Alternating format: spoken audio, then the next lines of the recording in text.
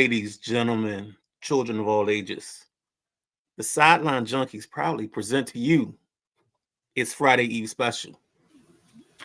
You know I ain't started like this. Ladies and gentlemen, boys and girls, children of all ages, let's go. It's Friday Eve. Your favorite trio, baby. All right, we over here, we enjoy making up words and words that are made up in songs. We don't even care what it really means. We'll teach you a little sweetle deedle dee and a little I'm gonna say it beside Microsoft. That might not be what they say, but that's how we roll over here because we like having fun. And today we got a great show for you. We got the trio. We got the preview of the Thursday night game. We're gonna talk a little college football before we even get out of here.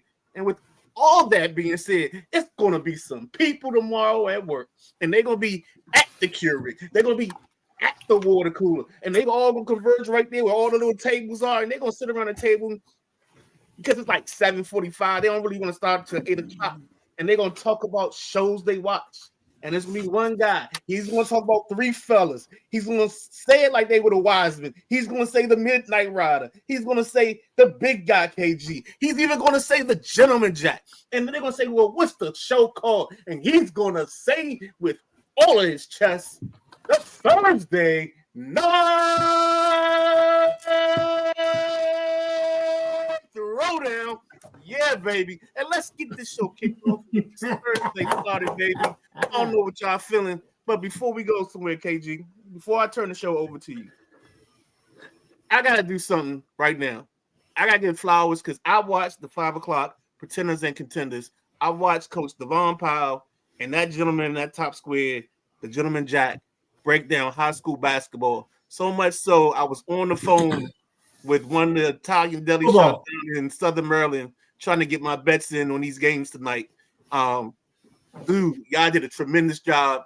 It was a work, man. And what I say, this is why we do what we do, man. We got people everywhere that do a little bit of everything and bring different things to the table. So we always got to acknowledge that and enjoy it, man. Let's make this fun. And with that, I had a blast. Had a blast with Coach Devon. I really did, guys. I had a blast. So thank you for putting that out there, Midnight Rider. Oh, no problem, man. And with that being said, take the show over. You the host, KG. I don't need to talk no more. Good evening, everybody. Welcome to the Thursday Night Throwdown. You got the Gentleman Jack, the Midnight Ride, and it's me, it's the big guy, KG. Before we get this thing started, two important things. First thing, you can catch the Thursday Night Throwdown every Thursday at 7:15 Eastern Standard Time. Live right here on Facebook, YouTube, and occasionally some Instagram every once in a while. But now the audio version of this show can be heard on Friday mornings at 8 a.m. every Friday. The day after every show airs live. 8 a.m., you should be able to catch it on the audio version. So if you can't watch YouTube at work, you can't watch Facebook Live at work, hey, get the audio version, put your earbud in. Here we had to say the night before, and you can still leave your comments. You can catch us on iHeartRadio, Odyssey, Spotify, Apple Podcasts, Amazon Music, Podbean, Podchaser, Pocket Cast. It's like 36, 37 different platforms you can catch us on. Wherever you stream music, podcasts, and anything else, you can catch the Sideline Junkies. And that Sideline Junkies Podcast Network. What does Jack Carr say? We everywhere, baby. I was waiting for somebody to say that. And second important thing, gentlemen, how y'all feeling tonight? I'm good, man. I didn't know what to do with myself today because they let us leave work a little early. So I was able to be sitting down. And I was like, you know what? I should jump in with Jack and them. And then I started watching the show. I was like, man, I put my feet up. I grabbed me a drink and I just watched. I was like, I ain't need it. So that's what I was feeling. It was fun. And the first matchup has already kicked off over there at Navy Marine Corps Memorial Stadium. It's going to be a great weekend of football over there. And it's going to be athletes making memories, man, because not everybody can say they're a state champion. That's absolutely true. And Anthony asked the question. He checking in. How you doing, Anthony? He said, are you guys going to do Pretenders and Contenders breaking down the upcoming season for high school softball and baseball as well? Ooh, Me and Devon discussed that today, Anthony. Coach Devon is definitely going to jump into the basketball season as soon as these states are done. Uh, he tips off, I think he tips off tomorrow night at Laurel High School's first game. And then we haven't talked about the spring yet, Anthony. So look forward to some Maryland high school basketball being covered first. And we'll decide about the spring, I think. Let's Guys? confirm with coach, because I think tomorrow night, if they play tomorrow night, they're gonna be raising their banner. So yeah, that's gonna be a good times. Yeah, no, I'm happy that he's going to cover the basketball season. I mean, because what you going to do? Just stop what you're doing? No, covering Maryland high school sports. And it's been a phenomenal show that Coach Powell's putting out there. I've seen Midnight Rider on there. It's been a great show. And I've always been a fan of high school ball. That's what's up. hey, it's untapped potential with high school ball, especially in the state of Maryland. You don't have many people doing it, but so it's untapped potential. And I know Coach will keep going. So What he said. I hope he does keep going, as well as I know he's gonna go through the basketball season, but covering everything else and getting the athletes on, that's right there is the key.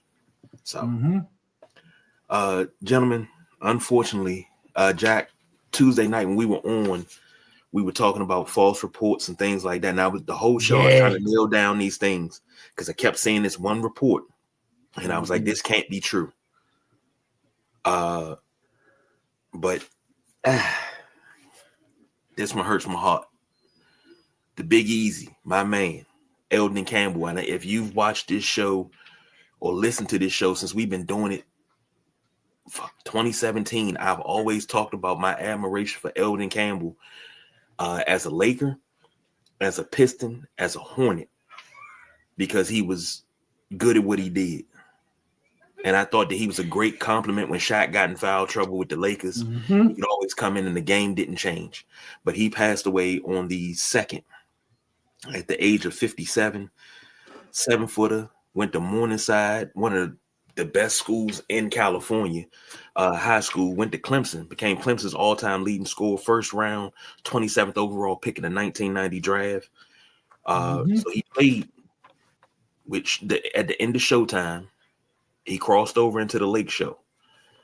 Him and Vlade and Sam Perkins held the middle down for a few years with the Lakers. He left the Lakers, went in a trade in 99 to the Hornets, followed the Hornets from Charlotte to New Orleans, played a season with Seattle, went to the Pistons, and came off the bench backing up Ben Wallace, won a championship ring there and had a finals appearance in 2005.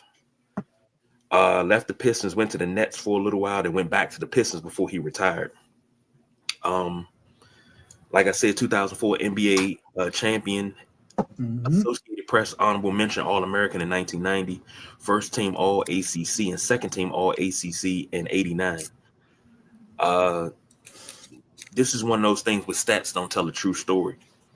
Only 10.3 points per game and 5.9 rebounds, a block and a half per game for a career, but he had such an impact with how he moved on the floor. So I'll throw this over to the gentleman, Jack. And I'll shut my mouth. Eldon Campbell, 15-year NBA career. I think 2004, he only ended up getting one ship, right? Yeah, that's what I thought. And I thought I had him checking in at 6'11", but I'll go with a 7-footer because 7-footer's a 7-footer. Laker, but he was one of the best Clemson Tiger basketball players ever. And I've seen the way over there at Little John that they got Eldon Campbell displayed there. You can tell he was he's the best Clemson Tiger basketball player. The way he went, it's kind of like, you know how you always say, oh man, he died happy. And people say, oh man, I wouldn't mind dying having sex, or I wouldn't mind dying eating a steak, or, dying happy. Well, Eldon Campbell was a huge fisherman, huge fisherman. And he had a medical emergency while fishing.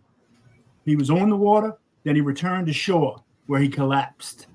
So his family is saying that the day when he went out fishing is his idea of an ideal day. So, Eldon Campbell, rest in peace. You died doing what you loved. You loved playing basketball as well. But to hear, it happened after you was out fishing, that's a tough break, but that's also a blessing, I think, that you got to experience, tight lines one more time, chucking bait, hooking worms, whatever you want to call it. Yeah, God bless Eldon Campbell and his family. He's same age as me, guys. 57 years old, born in 1968. Man, it gets scary when you got people your age passing. So, Midnight Rider, you want to talk about your Laker? I don't know if KG wants me to talk about him. But no, we did this tribute last night on Nothing But Net. And all I had to say, the guy was a good basketball player. He was a Laker. He was a durable player. At Clemson, he was a stud. I thought I was a little nervous about him when he got in the league. I didn't know how good he was going to be, how the transition was going to be, but he transitioned well. I think maybe if he had gone somewhere different than LA, maybe he scores more early on in his career.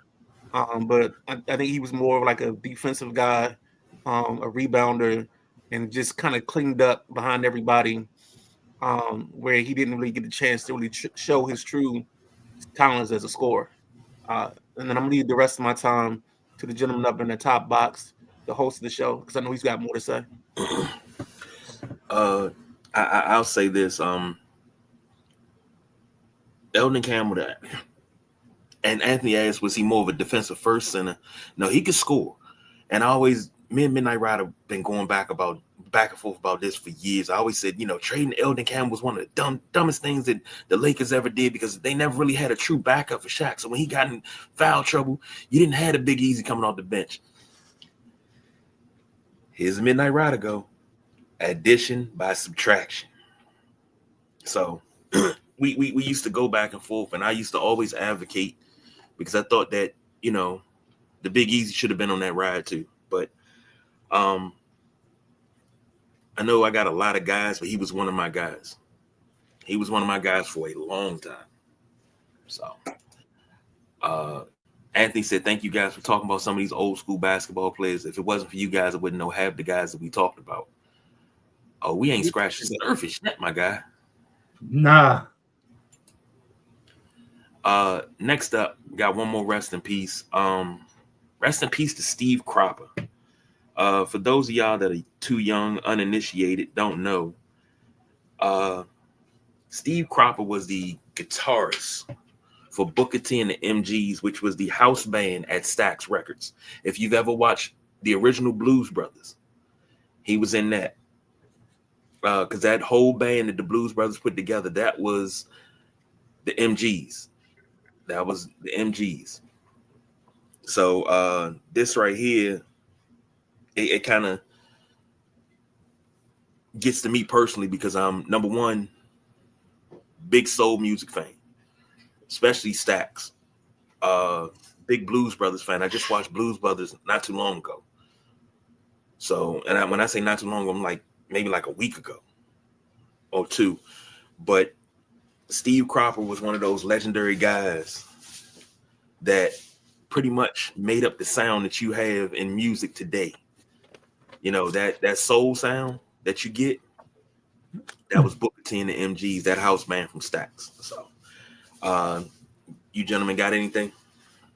Well, Steve Cropper was the co-writer of a song that's dear to my heart. My grandma used to love this song, and I currently live right off the Eastern Bay. The Eastern Bay is right out my front yard. So, Sitting on the Dock of the Bay. I think that's an old Otis Redding jam.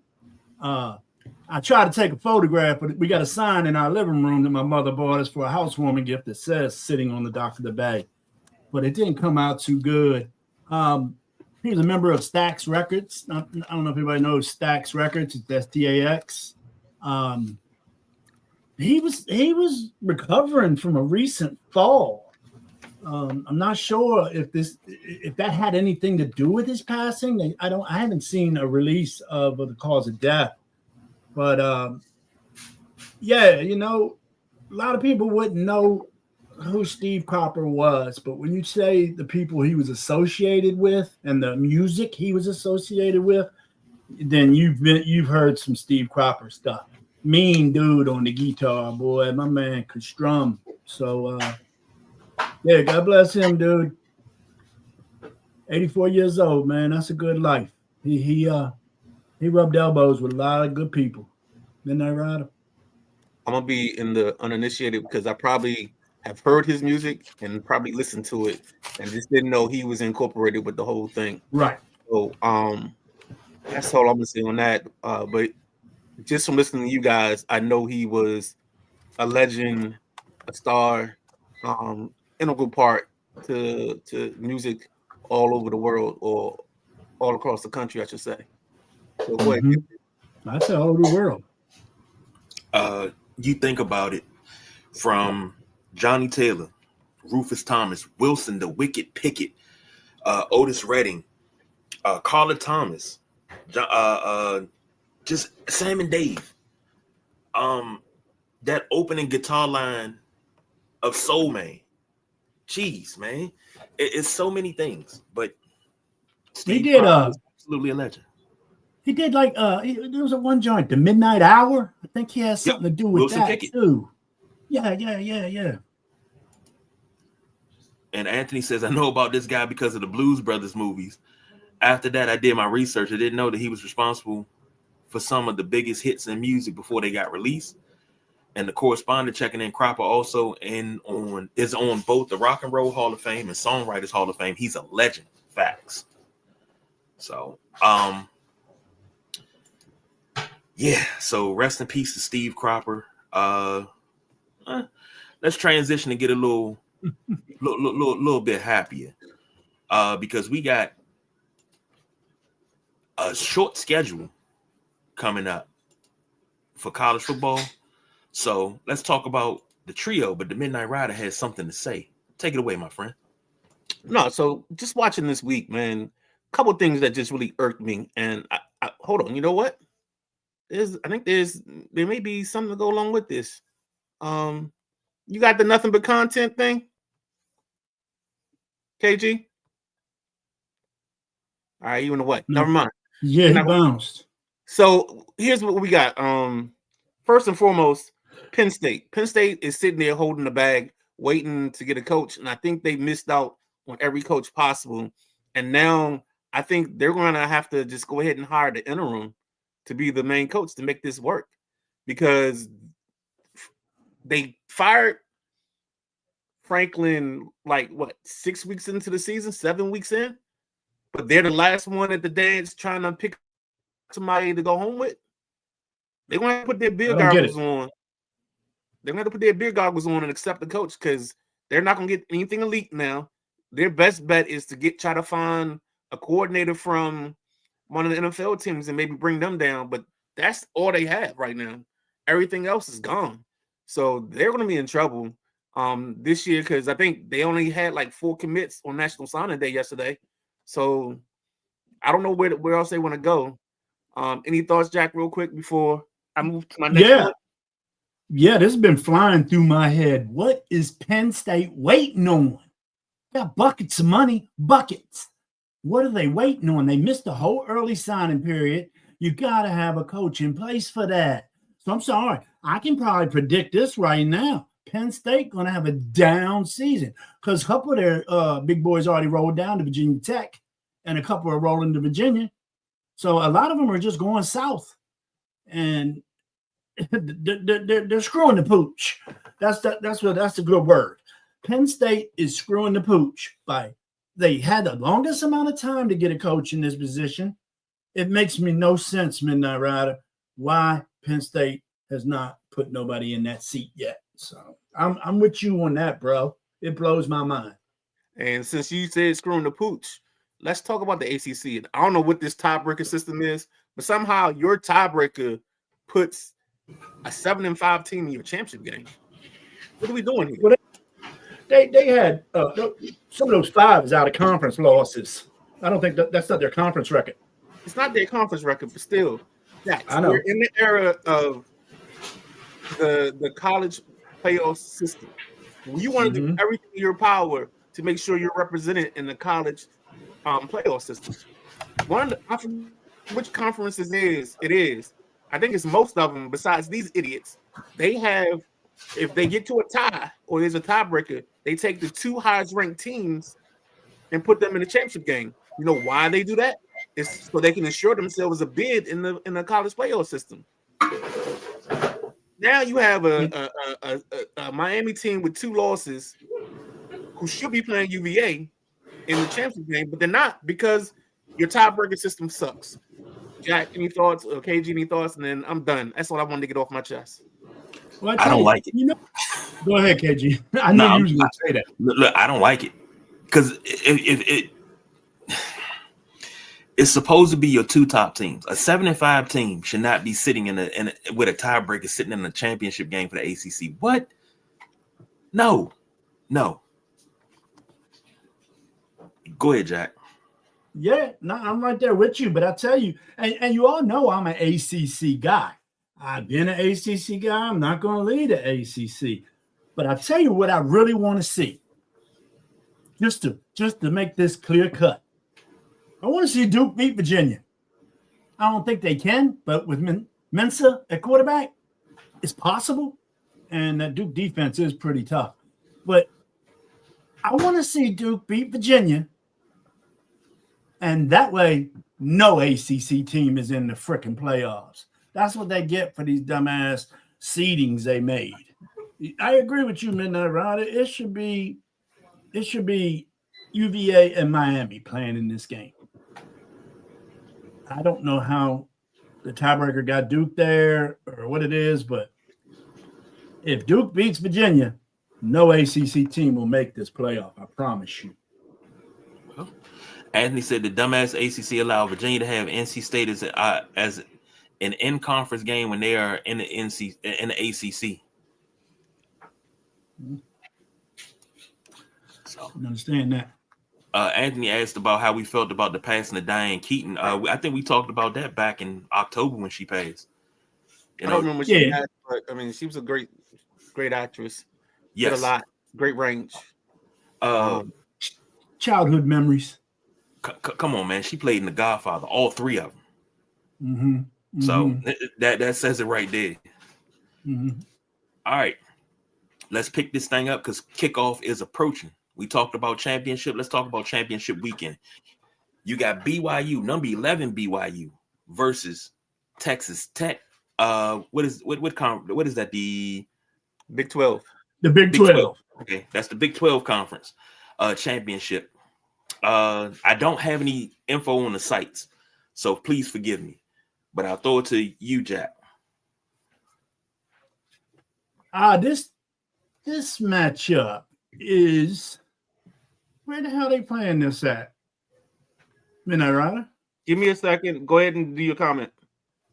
Well, Texas Tech, explosive offense. BYU, big boy running quarterback. I mean, you got a fullback at quarterback for BYU. Their defense is stout. I don't know if BYU got enough for the Red Raiders. Texas Tech has been in the top 10 for a good little minute. So it seemed like when BYU get a matchup with teams, superior teams, I'm going to use that word, teams that are superior to them, they don't tend to have success. So I don't think BYU is going to be able to score with Texas Tech, but I do look forward to watching BYU's quarterback and Texas Tech's quarterback, Broher. What do you say his name? Morton. Last name Morton. Yep. Brehern Morton. That boy's a sleeper, man. I'll tell you. And he's a senior. So he's going to be coming out this year. I picked Texas Tech to win this game, and I believe they're going to win it easily. The site of the game is Jerry's World. I'm gonna keep this simple. simple. Oh yeah, Dallas. Texas Tech invested $20 million into their team this year in terms of NIL. They can't let a team with a quarterback that's a run foot first quarterback come in and beat them. They gotta do damage. They gotta put the work in. You mentioned the linebacker. I think his name was Rodriguez. A couple shows ago, Jack. That terror.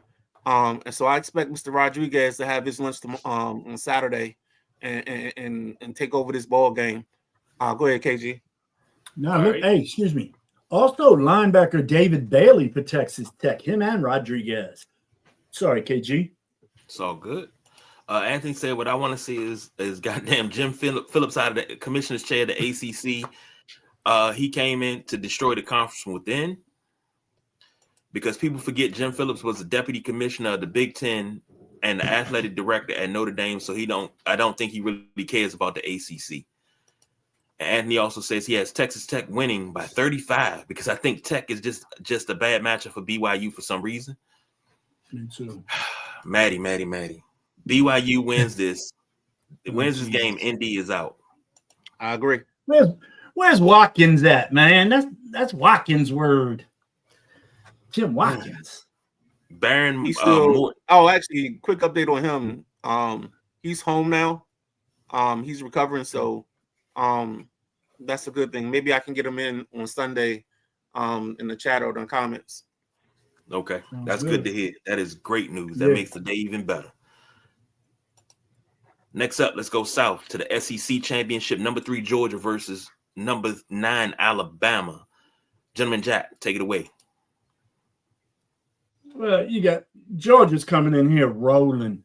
I think they on a 7 or 8 game win streak. They just rolling. And Kirby Smart, he's got things down. Gunnar Stockton running the offense efficiently. The defense, that front four, there's some hogs. There's some big boys. So I'm telling you, Ty Simpson, he's growing on me late in the season, okay? Early preseason, Ty Simpson wasn't on my radar, but he's a solid quarterback doing good things. But I think Georgia's going to be too much for Alabama in this one, man. And Georgia's just going to take this victory, maybe close. They're going to take this victory and get that bye in the first round of the playoffs. Midnight Rider? There's some things that happen in December all the time. And if Georgia plays Alabama in the SEC championship game, more than likely Alabama wins it. I don't know if you guys saw the stat I threw in the chat, but since 2011, Georgia or Alabama has won pretty much every SEC championship game besides 2011 was LSU, 2019 was also LSU, and who am I missing? It was somebody else that's in the mix. It's 3 of them. Oh, Auburn. Auburn's the only other one to win a SEC championship in this since 2011, dog. So I think Alabama wins this. I think for some reason Georgia just finds a way to lose to them in the SEC championship game. I don't know what the head-to-head is, but my spidey senses tell me Alabama dominates this. All right, Anthony said, question for you guys. If Georgia completely blows out Alabama by 20 or 30, do they kick Alabama out of the playoff or keep them in with 3 losses? No, they stay in no matter what because they have to respect the conference championship games. They have to because it makes no sense for me to be in my conference or be in the conference championship game if I get penalized for playing the 13th game. It makes to me don't matter. That 3rd loss came to a number 3 ranked team in Georgia. Let's see. I'm with Saban on this one. Man, you got what's that boy in Georgia? Nick Frazier too. The running game in Georgia too is going to be severe. So I think they're going to come at you from both sides of the ball, running and throwing. Speaking of running, Anthony said that Bama running game is atrocious. If you shut down Simpson the passing attack, who beats you on that offense? True that. So me and Anthony agree to something this time. Last up, You got the Big Ten championship, number 1 versus number 2. Number 2, Indiana at number 1, Ohio State. Gentleman Jack, take it away.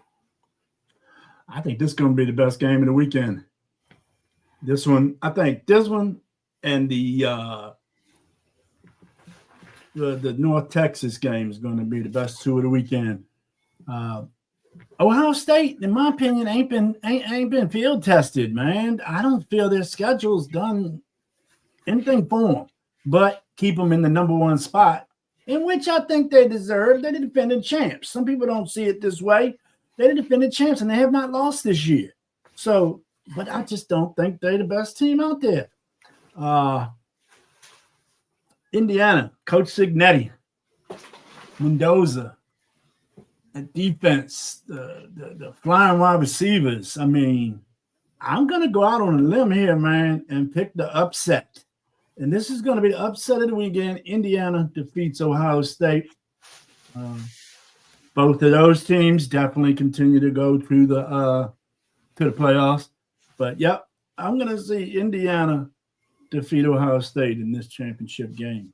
What do you see, Ben? Well, let's do this. Let's automatically know that whoever loses this ball game is going to be the 3 seed. All right. So just put that feather in your cap.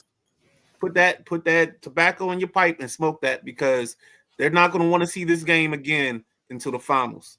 So if this game is any kind of good, this ball game, the 1 seed will be Ohio State.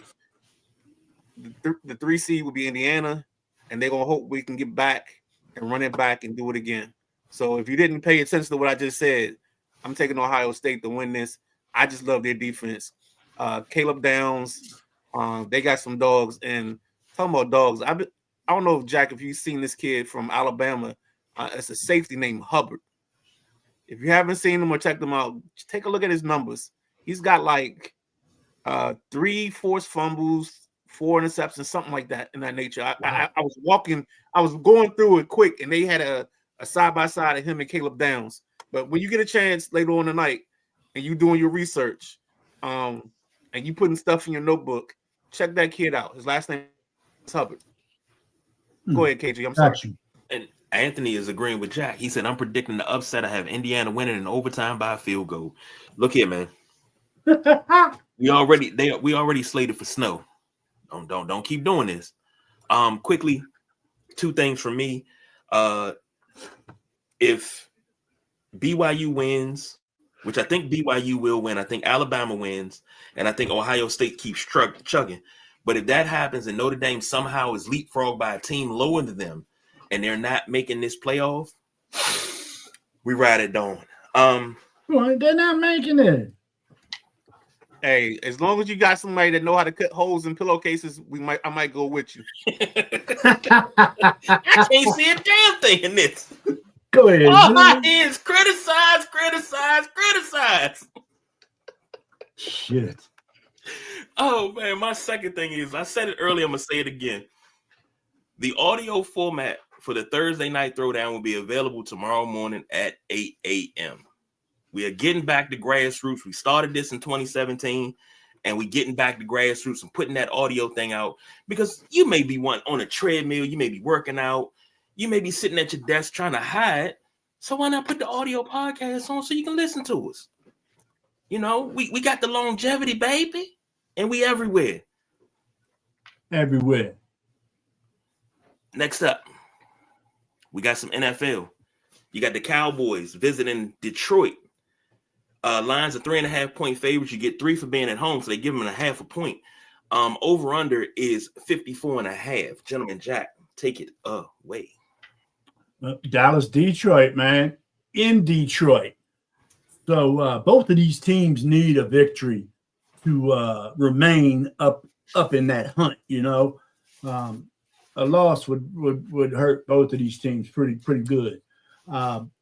Dallas has been hot. Dak Prescott is looking like MVP Dak Prescott. He looked like a couple years ago before he got hurt. But, you know, Lamb's been back healthy. Looks like he's working through some things. And when you got Lamb and Pickens on point, You can put him right there with my Jefferson Addison duo that I'm so fond of that don't have a quarterback to get him the goddamn ball. But Dak has been playing some good football. The defense is coming around, but Detroit is desperate. Detroit is desperate. They need this win bad. And I think the run game is going to explode. The running backs are going to be a huge part of this. The O-line, I believe they got healthy enough for them two linemen to come back.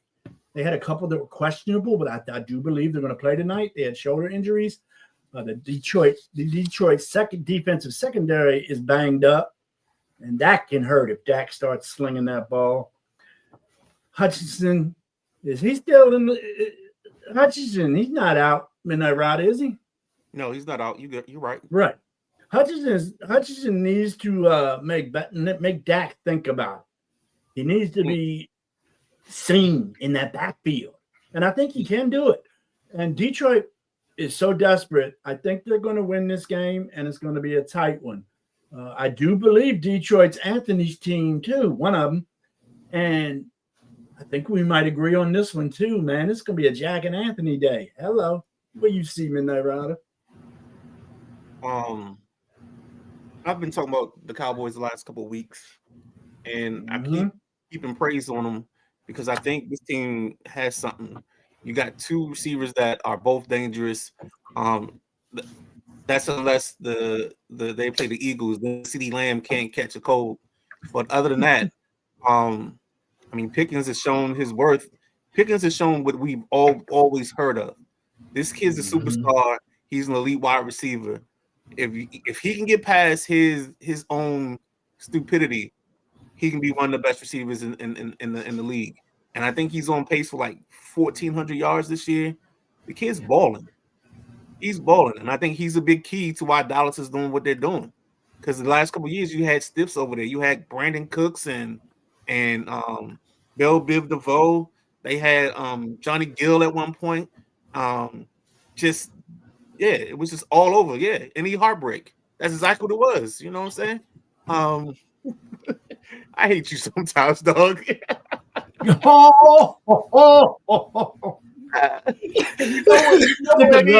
the love. But no, it's just when I watch this team play, you heard me. If you listen to us, you heard me talk about Javonte Williams being 2 years removed from a bad knee injury, and he gives them solid solid running game. As much as I love Jahmyr Gibbs and Jameson Williams, I think Amon-Ra St. Brown, I know he was questionable. I thought he was out, but it sounds like he's actually playing. Yeah. he drinking that deer piss. Yeah, so I still don't know. I think you're gonna see at some point in this ball game, he's gonna be dragging that leg. I don't know if it's gonna go along with him the whole time. So I'm taking Dallas to win this ball game. I think we're gonna hit the over. I think we're gonna have fun tonight. I think we're gonna get fireworks. I think both offenses are gonna hum. So go ahead and put the women and children to sleep because Dak and Jared Goff are going looking for dinner, baby. I like that, Midnight Rider. And this comment by the correspondent, I started laughing when I saw it because I've been preaching about deer antler spray for years. You put it, you can get it in a dropper, you can get it in a spray, put a little bit under your tongue. It works. You can get it from the vitamin shop or GNC. And this, ladies and gentlemen, is not sponsored. I'm telling you the joys of deer antler spray. I've told the orthopedist about it. She looked at me like I was crazy, and I was like, I need you to prescribe that so I can get healthy. You know, when I was dealing with that. So right now, the way it sits. Before you go further, I just want you to know you use some of that deer antler spray and Bambi be at your front. You got a bunch of does in your front yard. During mating season. I think Sparkle gonna get a little jealous. That's all I'm gonna say. He say he gonna start singing. He say, "Doe a deer, a female deer." I was gonna say, "It's some does in this house. It's some does in this house." Looking at the playoffs right now, chances of making this is playoff probability for both teams right now. The Lions are 8; they got a 40% chance of making the playoffs. The Cowboys are 9. and have a 19% chance of making the playoffs right now. They're separated by a half game. The Lions are 7-5. The Cowboys are 6-5-1. So that half a game is that tie. If the Lions win tonight, 53%. That's their probability. If the Cowboys win, it's 36%. I'm going to be honest, and this is football fan me, because I know what time of year it is. Now, I'll bring it local. Do you know what time it is? Tell me, do you know? Do you know? I know what time it is. It's December. The Cowboys cannot win games in December to save their life. It's like they hit a wall. They forget how to play ball. The Cowboys lose this game, running away. Lions take this 35-17. And the Cowboys' chances of making the playoffs shrink down, because if they lose, it goes down to 8%. Yeah, the Cowboys. This Cowboys team. Go ahead. I know. I just said Cowboys have to run the table. Yeah, they're going to have to run the table. But this Cowboys team is not as strong as people make them think, because they're playing some decent ball, but there's chinks in the armor. This is not a 13-3 Cowboy team that everybody say, oh, well, not everybody, but the fan base, oh, we're going to the show this year. No, you're not. Just for shits and giggles to the Cowboys, you think you've arrived, but you have not.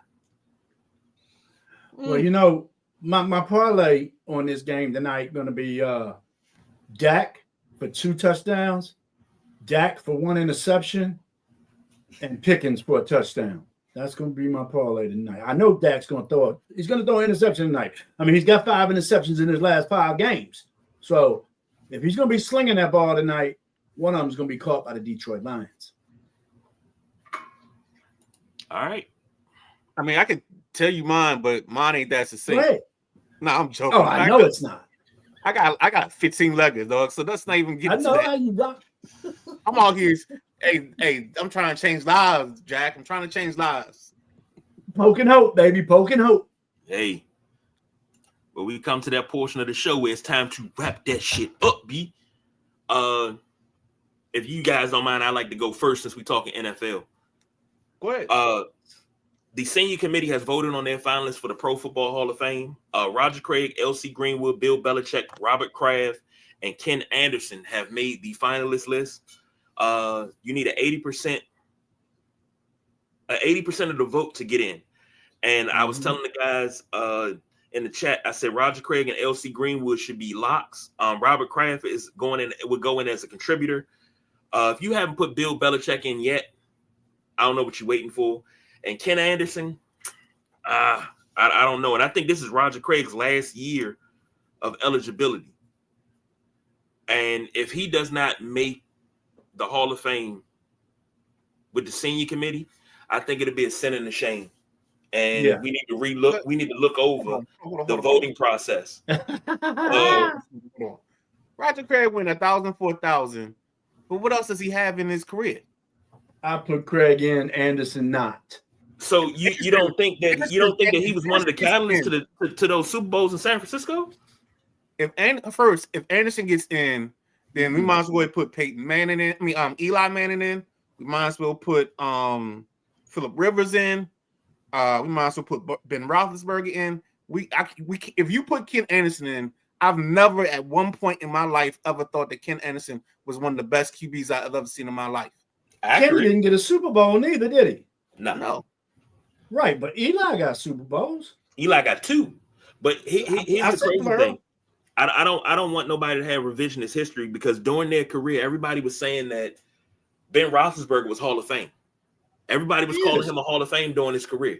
And I said, if he goes in the Hall of Fame, so should Phillip Rivers, so should Eli, because at that time, they all had the same comparable numbers. They weren't middle of the road. They were the same comparable numbers. And I was like, if you put one in, you got to put the other 2 in too. But I really think we need to revisit how we vote on the Hall of Fame, because some of these guys, these writers, if you don't know the history of the game, I need you to come off the committee. Ooh. It's already a shame that L.C. Greenwood has to wait until the senior committee. Come on now. You got one person from the Steel Curtain, which is the front 4, in the Hall of Fame. You got one person from the Hogs in the Hall of Fame. Come on, this is atrocious. We can't keep doing this. We're losing recipes here. Oh, So, dang, I thought you was gonna hit the line. huh? I thought you was gonna hit the line. I wasn't gonna send you a cease and desist. You could have said, What are we doing here? Yeah, you could have said it. Gentleman Jack, what you got and wrap it up? Man, I'm gonna use this term. I'm just tickled pink today, man. I did 2 shows, and I ain't done that in a minute. 2 shows, 1 day. So everybody just check out what's out there on the Sideline Junkies Podcast Network. As Coach Devon Powell said, there's a show for everybody out there. Just check them out and find your show. We got enough options. You got to dig something. So, yeah, Sideline Junkies growing every day, baby. If you got a pulse, we got a show. Oh, man. If you got a heartbeat, we got a show. But I'm gonna bring up something totally different. I'm gonna hit you guys out of left field because I came across this article earlier today. The NFL and the Players Association basically have introduced what's called new field surface standards, and that all teams must comply by 2028. So basically, what they're going to do is they're going to have a section where if you're looking to either put turf in or put grass in, they're going to give you the best quality, what they hold in regards as the best quality. And then you got to pick from that standard and the surfaces they've tested.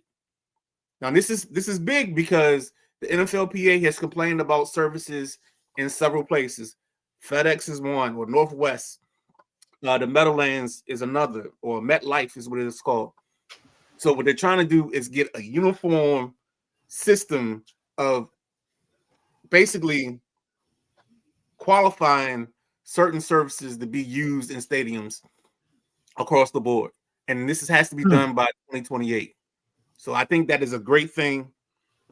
I think they have people out, they're going to go and test these fields and these services and giving them ratings to make it so that way, you know, if you watched or you read the end of season grades for the teams, there are several places that the players complain about the field surface.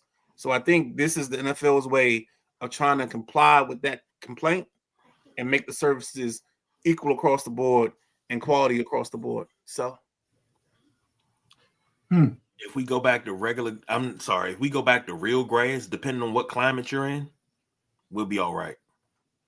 That field turf with the grass pellets or the dirt pellets or whatever, nah. Give me 3 yards in a cloud of dust.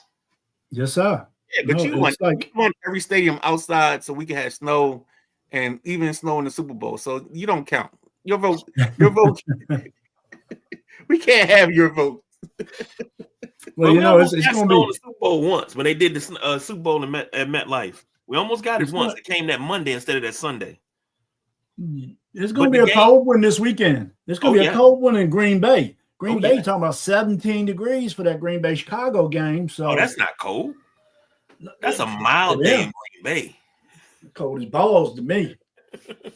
Yeah, it's 17, but by the time that night hits, because I think that's a late game. That's gonna be, Oh, I think it's a 4, maybe even an 8. I didn't look at the schedule. I know they moved the Saturday games. They switched the Commanders to 5 or 5:30 on that Saturday NFL game, and they moved the Green Bay rematch to 8 on that Saturday. So it's gonna be interesting.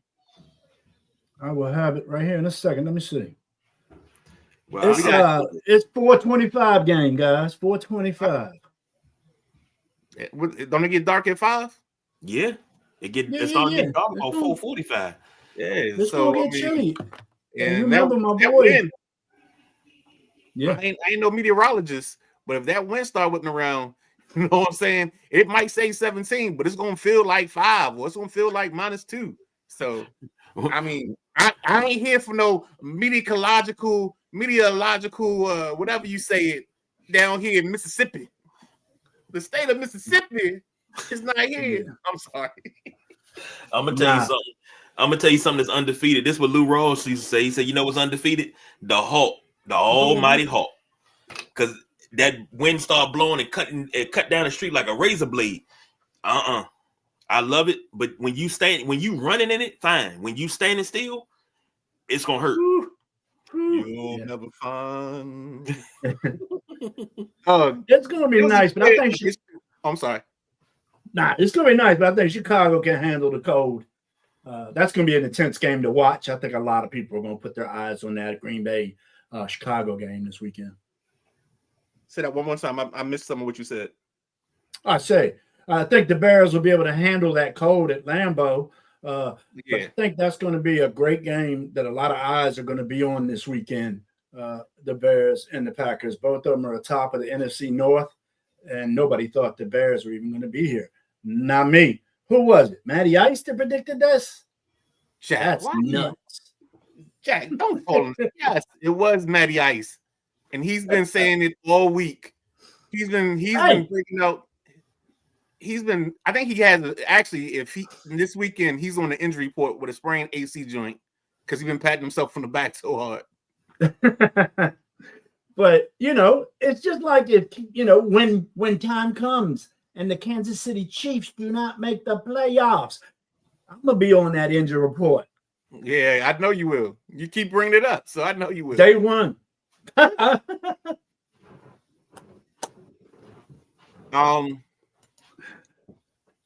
KG, it's all you, man. I don't think I have anything else to wrap up. The correspondent said, "Did anyone watch Hard Knocks this week? If you did, what are your thoughts, takeaways?" No, I did not. I'm gonna try to. I gotta find a bootleg way to get to Hard Knocks because I don't have HBO Max or anything like that. So I gotta figure that out. Yeah, speaking of that, man, I mentioned this to Coach Devon earlier. Did either of you watch this show, or even Keith, watch this show that's on Netflix about De La Salle football? No, because I actually stopped my Netflix too. So the only thing I'm doing right now is Amazon Prime. I watched that movie last night. It was tremendous. I mean, De La Salle had a run like nobody's ever going to have again. I want to say they won 150 games in a row or something. It was a streak like no other. And that's old. That's an old movie. Oh, is that old? I didn't know it was old. That's a good watch. I've seen that. Okay.